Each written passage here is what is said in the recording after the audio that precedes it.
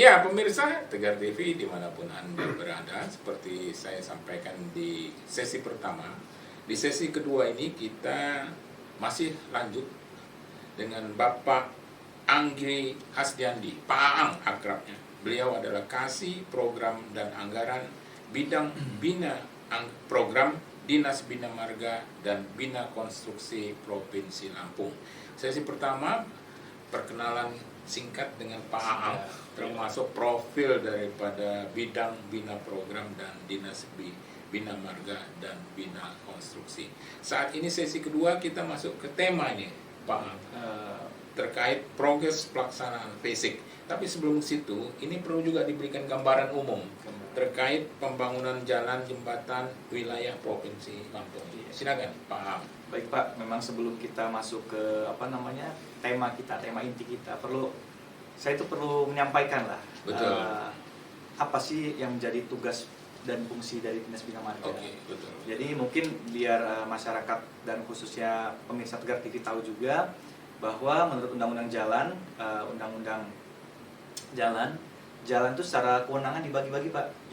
Ada jalan provinsi, ada jalan nasional, jalan provinsi, jalan kabupaten kota, jalan desa. Jadi tidak semua jalan itu menjadi kewenangan pemerintah provinsi, tapi sudah dibagi-bagi kewenangannya. Nah, khusus untuk jalan provinsi, itu SK-nya ditetapkan oleh Bapak Gubernur. Dan Provinsi Lampung itu jalan status provinsinya itu ada sepanjang 1695,479 km Pak. Hampir 1700 km. Hampir 1700 km.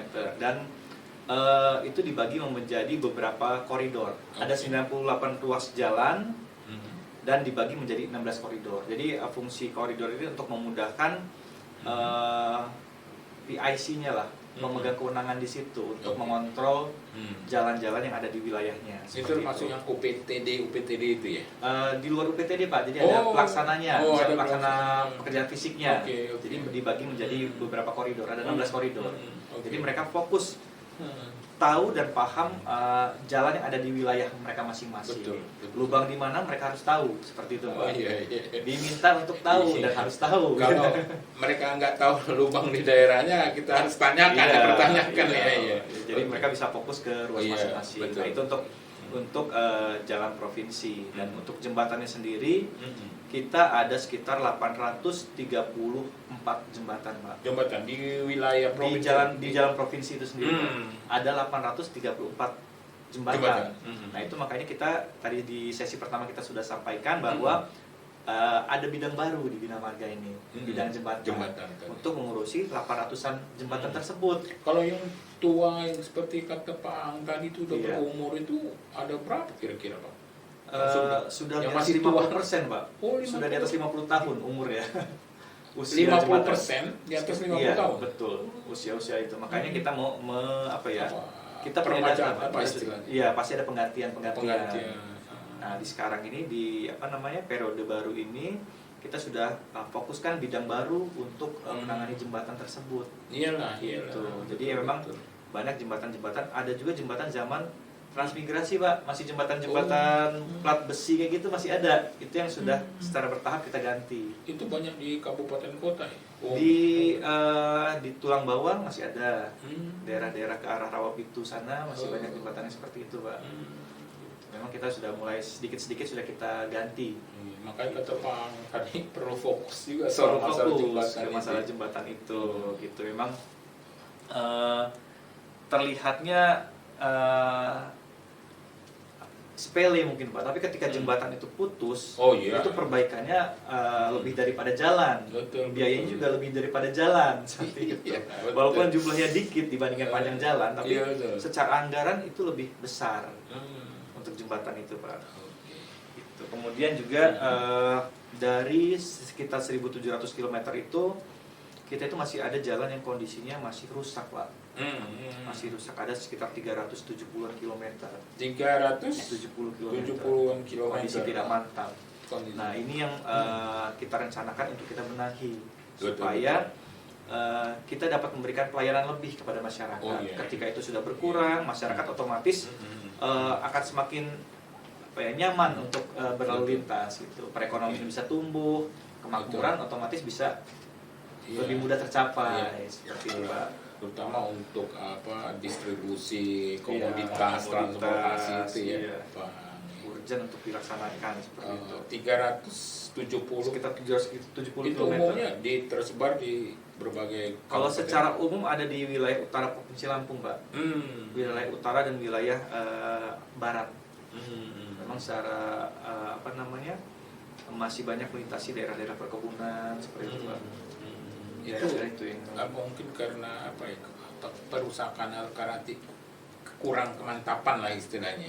Itu akibat hujan, bisa kendaraan, barangkali begitu ya. Bisa jadi itu juga banyak hal, Pak. Oke.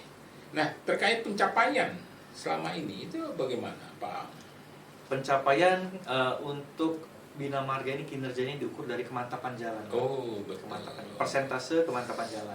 Persentase. Jadi di akhir tahun 2024 kemarin itu kita sudah sampai ke angka 78,08%. 78% lah, Pak. 78% itu dalam kondisi mantap. Cuma memang 78 ini dihitung-hitung bila dibandingkan dengan provinsi tetangga Lampung nih, Pak, masih termasuk rendah gitu ya? Iya, kayak misalnya di Sumsel atau di Banten tuh sudah di atas 90%. Makanya memang semangat Pak Gubernur ini kita itu harus paling tidak sama dengan provinsi lainnya, itu tetangga itu. Kita harus kejar. Ketertinggalannya kita harus kejar gitu. Tapi itu kan semua terkait anggaran juga. Terkait anggaran pasti kan? Kalau soal mohon maaf, kalau soal kerja ini kalau saya lihat Dinas Bina Marga, Bina Konstruksi siapa aja ya.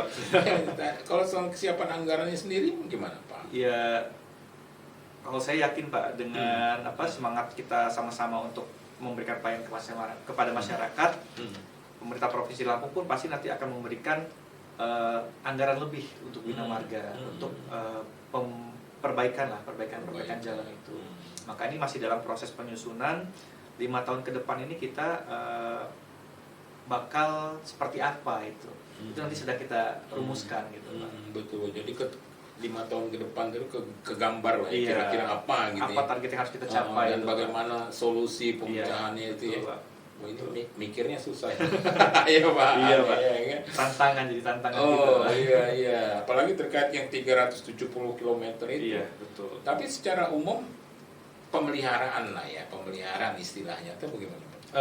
Kita ada penanganan tuh ada rekonstruksi. Kalau untuk jalan, Pak, ada rekonstruksi, ada rehabilitasi, ada berkala, ada rutin. Nah, untuk yang 370 km tadi itu kita fokus di rekonstruksi dan rehabilitasi di dua jenis penanganan ini, Pak. Tapi selain itu juga kita perlu pencegahan. Artinya jalan yang tadi rusak sedikit itu sebelum dia melebar perlu kita cegah. Itu kita laksanakan pemeliharaan rutin. Itu dilaksanakan oleh UPTD tadi itu, Pak, yang ada 6 UPTD tersebar di seluruh provinsi Lampung. Tapi memang perlu tanggung jawab masyarakat juga untuk memelihara jalan itu ya, betul, Pak. Apalagi industri yang menggunakan truk barangkali gitu ya. Betul. Jadi memang perlu kerjasama semua pihak supaya kita bisa menciptakan kondisi jalan yang aman dan nyaman. Seperti itu. Kalau pencapaian di 2025 lah, 2025 sampai saat inilah, itu bagaimana? Iya. Kalau kita mengukur kinerja itu di akhir tahun nanti, Pak. Pekerjaan kita sekarang ini kan masih proses pelaksanaan nih. Iya. Nanti setelah di akhir tahun, setelah selesai, baru kita nilai kinerja seperti apa, kemantapan seperti apa, seperti itu. Nanti akan kita nilai. Menarik gitu. Jadi kalau gitu di akhir tahun minta ini dari Pak Ang yang lupa menyampaikan kepada pemirsa Tegar TV hasil yang sudah dicapai oleh Dinas Bina Marga dan Bina Konstruksi. Makasih ya Pak Ang. Kita akan lanjutkan pada sesi ketiga nih.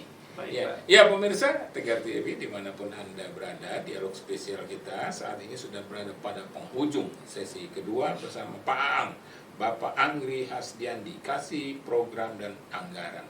Kita akan lanjutkan pada sesi ketiga. Jangan kemana-mana pemirsa, tetap di Tegar TV.